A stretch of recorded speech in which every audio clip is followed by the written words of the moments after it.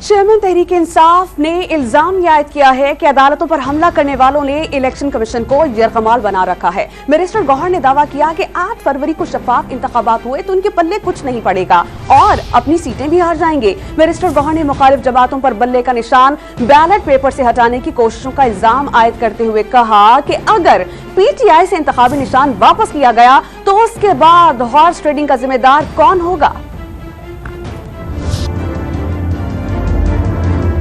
जो खानदानी सियासी रहनुमा है जो अपने पार्टी पे काबिज है, उन्होंने गुज़श्ता 2 दिनों में जिस तरीके से हाई कोर्ट पे वो हमलावर हुए हैं, हाई कोर्ट के डिसीजन को क्रिटिसाइज किया है, हम उसकी शदीद मजम्मत करते हैं। ये सुप्रीम कोर्ट पे भी हमलावर थे, ये हाई कोर्ट पे भी हमलावर हुए, ये इलेक्शन कमीशन को यरगमाल बना के बैठे हुए हैं। पाकिस्तान के 175 पॉलिटिकल पार्टीज में से कभी किसी ने इलेक्शन इसी तरीके से ट्रांसपेरेंट मैनर में नहीं किए जिस तरीके से PTI ने करवाए। 8 तारीख को इनके पल्ले कुछ भी नहीं बचना। ये अपने अपनी सीट आप हारेंगे इंशाल्लाह ताला अगर election free fair and transparent हुए। इनको इनका पता है, इसलिए इनकी सिर्फ ये कोशिश है कि PTI के पास बल्ला ही ना रहे। किसी पार्टी से सिंबल लेना इस बात का मुतरादिफ है कि आपने उस पार्टी को डिसॉल्व किया है। अगर आप निशान वापस ले लेते हैं तो क्या ये लोग सारे इंडिपेंडेंट इलेक्शन लड़ेंगे? अगर आप उनसे इंडिपेंडेंट इलेक्शन करवाएंगे तो इलेक्शन के बाद जो हॉर्स ट्रेडिंग होगी उसका जिम्मेदार कौन होगा?